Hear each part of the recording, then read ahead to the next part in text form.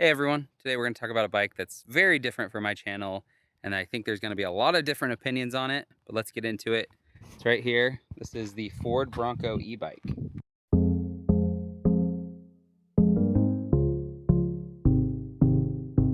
I'm at the end of my ride and I realized I did not say this at the beginning. Ford e-bikes sent me this bike to keep. They said you can have it in exchange for some content. They did not stipulate, what I'm supposed to say or how I'm supposed to say it. There's a few features they wanted me to talk about, but other than that, I get to be open and honest about this bike. Now, normally when I do these first look videos, I'm going over the specs, the components, I take it on a first ride. This is going to be a little bit different. I have ridden this bike quite a bit, actually, over the last month or so. Been testing it out. And I actually want to start off with who this bike is for, because I think that is going to clear up some of the comments and other things that I have seen online about this bike. So, first of all, this is a Class 2 e-bike.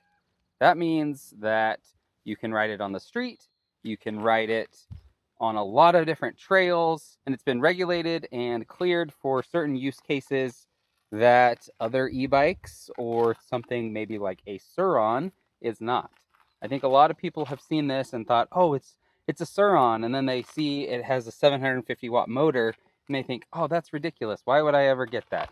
It's not a Sur-Ron. It's not that type of almost electric motorcycle. Although it does have that styling to it, that's not what it is.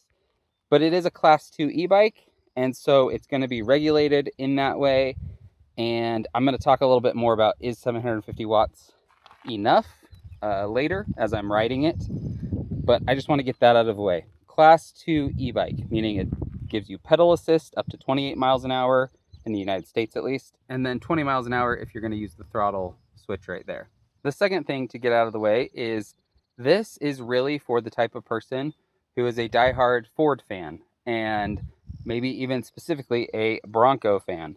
That is something that they love. Maybe you have a new Bronco and you want something that's going to allow you maybe to hit some of the trails that are too narrow or that you can't take your full-size Bronco on, and you just want something to go explore maybe when you go camp. So it's more meant as something that is a complement and influenced by the Bronco than as a super shreddy full-on e-mountain bike.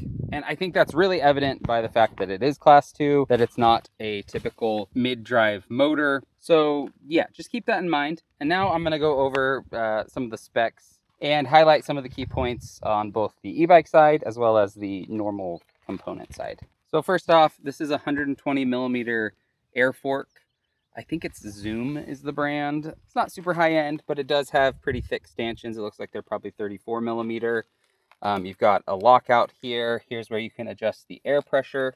And then out back, because it is full suspension, it's got this coil spring right here. The drivetrain is Shimano Q's, which is a newer line from Shimano. It's more budget focused, but packs a lot of value into that. And it's also a little bit more focused on e-bikes. So it's a 9-speed. It's got a 36 tooth granny gear back there, which is plenty on an e-bike. And then it's got a pretty big chainring up front, but with the assistance, you really do have enough gear range back there. The brakes are from Tektro, and they're all 4-piston. Front and rear, and I have to say I've been really impressed by these. They work extremely well, and of course they also have your cutoff for the throttle right there, so the motor is going to cut out when you squeeze the lever. You also have 203 millimeter rotors front and rear, so you're not going to experience brake fade, and you just get a lot more power from the bigger rotors. The battery is somewhere in there, and it's a 720 watt hour battery, so not huge, but still plenty. They say that max range is 60 miles. I'm assuming that's going to be in eco, the lowest assist mode, and with quite a bit of pedaling on your part. The last thing I'll mention before I hop on and go over some of the display and the controls, stuff like that, is I really love their tire choice here with these Pirelli Scorpions. They are a 27.5 by 2.8, so 27.5 plus, and very aggressive tread. Still rolls pretty fast, but I found it to be a lot of grip in there, and they actually spec'd some fairly wide rims, so good on them for that. The display on this bike is actually pretty cool. This button right here says engine start stop. That's to be, again, like the Bronco. But when you turn it on, you get this nice display that says Ford. And then this, I don't have a Bronco, but I assume this is what they look like. As you can see, I've ridden about 27 miles. Battery is at full charge right now. You can push this info button to kind of see what's the max speed you've gone, what's your average miles an hour. You can also see how many pounds of CO2 have you saved, and how many trees is that? I'm up to 6 trees, so that's pretty cool. But other than that, you just got your odometer and your trip, which you can reset the trip if you want. You also get your time up here. Some of these other controls, this button is going to turn your light on. You do have a headlight with basically a bright and a low beam mode, and the brake light works the whole time. Other than that, really the only things you need to know is that pushing the plus and the minus is going to switch you through these modes right here. So you have off with the motor is not doing anything. Don't necessarily recommend that because e-bikes tend to be heavy, and to pedal without it would not be super fun. Then you got eco. Again, that's going to be the least amount of help and the longest range, depending on what you're riding. And as you go through, you got normal, sport, and then Baja is the all-out mode where it's going to try and give you as much pedal assistance or as much throttle response as you can get. So let's go for a ride and see what this does. I'm going to actually take it on the normal test loop that I take all of my normal bikes. So the first thing I'm going to point out, and you can probably tell, is if you are a taller person, this bike is probably not going to be the greatest choice for you if you plan on pedaling at all, because it is, yeah, not easy to pedal. You are pretty much feeling like you're on a little kid's bike. So that's one reason I really appreciate the throttle here, because I could not pedal all day with this. I would get exhausted and have sore knees. Another cool thing about the display is on this left side, it's telling you constantly how much power the motor's putting out. Oops, I just turned it off. Pushed the wrong button. I've wanted to ride this area on an e-bike. I thought it would be fun. It's a lot of motorcycles, so an e-bike's got to be just as fun. As you can tell, like this is uphill. It's not super steep yet, but on the throttle, I'm going 15, 16, 17. It's handling these little steep bumps pretty well. Up here is going to be where it's really interesting. We'll see what 750 watts can do. I don't think it'll make it all the way up because it is extremely steep, but maybe it will. Here we go. Ooh.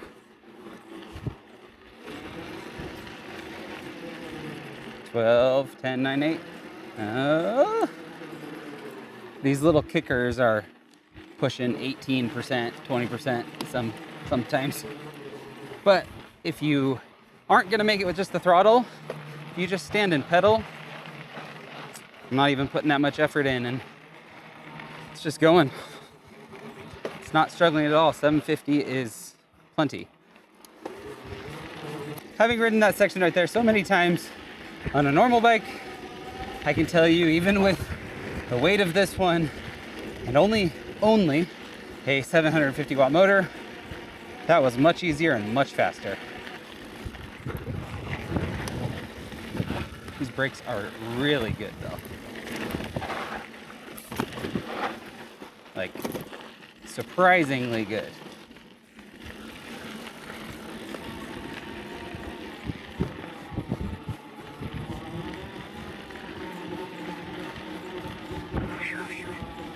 Oh yeah. Do I feel like I'm on a motorcycle? No. Do I feel like I'm on a normal Specialized or Trek or whatever, pick your favorite brand, e-bike, like e-mountain bike? Also no, definitely not. Very different vibe. I'm having fun, so if that's what you're after, you got it here. Battery life is going down pretty quick. I'm down 12%-ish, and I've only gone 1.5 miles or so, but I did climb, I want to say that first section I climb about 450, 500 feet, so that's a pretty decent amount of climbing. And I am a heavier rider at 240, so if you're lighter, you're going to get faster acceleration and a better battery life.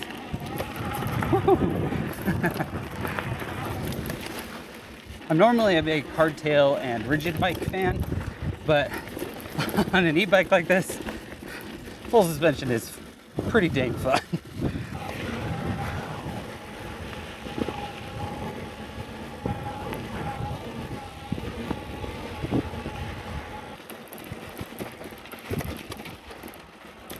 So normally I go down this path right here, but there's single track on this side. It just goes to a different spot that's way lower, and you end up with some really steep climbing on the way back. So I always skip it.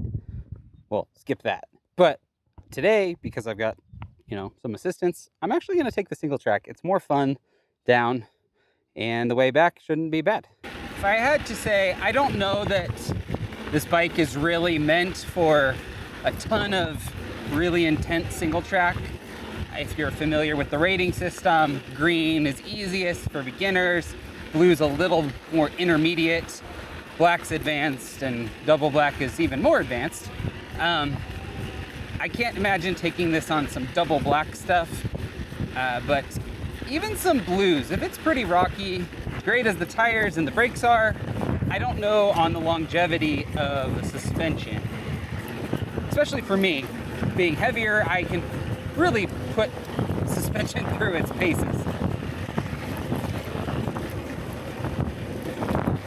Woo. This is where an e-bike, the weight kind of helps. On the downhill, it's just gonna carry you so fast. Woo. Like, that's a little drop right there. I don't know that I want to take that, but hey, I just made it up those things with literally half a pedal stroke. That's pretty impressive. Oh yeah. This is super fun though. Like, I don't know if it's the length of the bike. Maybe the front end is pretty slack or something, but I feel very confident on it. Have not felt like I'm going over the bars or anything, which I haven't hit anything super steep, but going fast enough that you'd think I would feel some of it.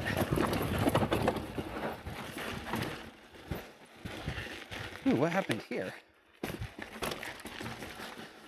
You know what I bet it is? The fact that the seat is so low is helping a ton in this area on the descents, because it's out of the way. I can keep my body super low. All right. That was fun. Up and over. Whoop. Again, the brakes are just incredible. Like, let's see how much I can slow down. 22. Yeah, like, that's great. Sure, did I skid? Absolutely. But really good brakes. This is the beginning of this steep section that I just don't always love climbing. I am pedaling right now because with the throttle, let's see what the throttle could do. How far is it gonna get us? Ooh, must have cows out right here. Yeah, see, the throttle is giving up, but you give it some pedaling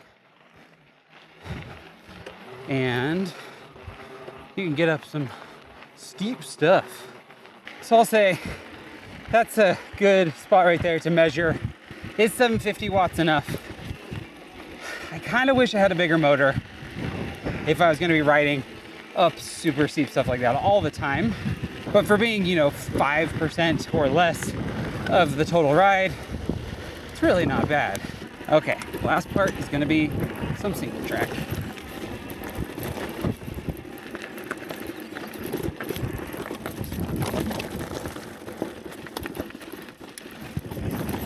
Woo.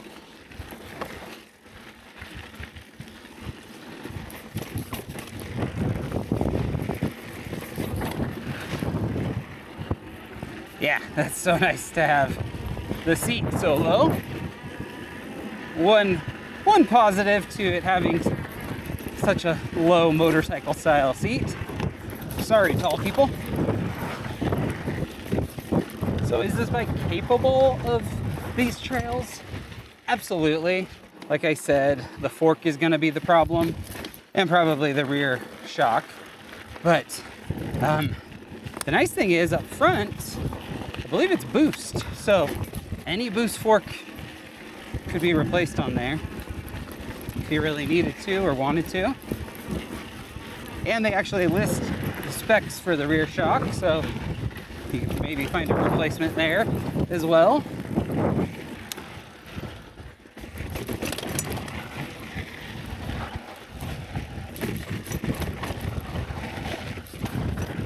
Don't feel quite as confident right here as I do on some other bikes.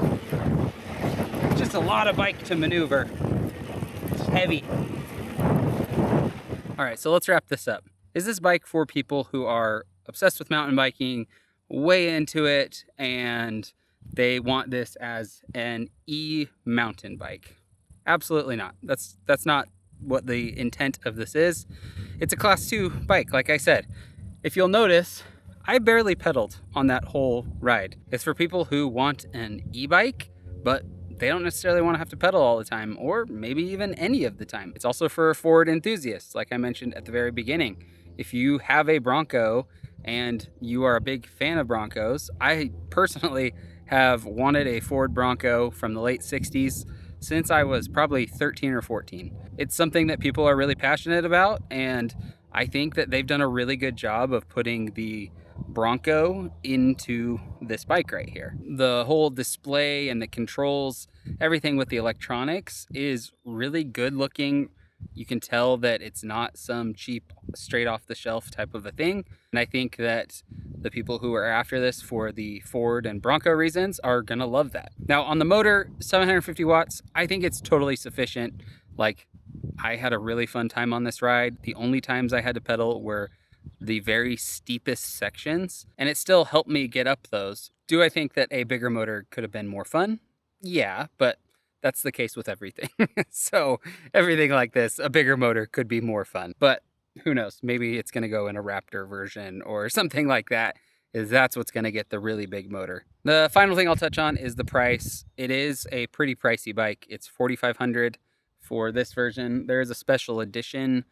I think it's mostly just the paint color, and that one I think is $49.50. So it is on the expensive side for a class 2 e-bike especially, but again, you're getting the Ford side of it. But I think a lot of people might see this as more of a collector's item, which can justify the price in their minds. So, but anyway, I'm gonna keep riding this. It's honestly been way more fun than I thought, coming from someone with a strong biking background. I originally went into it thinking I was not gonna enjoy it, and it was just gonna be underpowered and fall apart, and it surprised me. It's been a ton of fun. But if you want to know more about it, I've put the link down in the description so you can check that out. Let me know what you think down in the comments. But thanks for watching. I'll see you next time.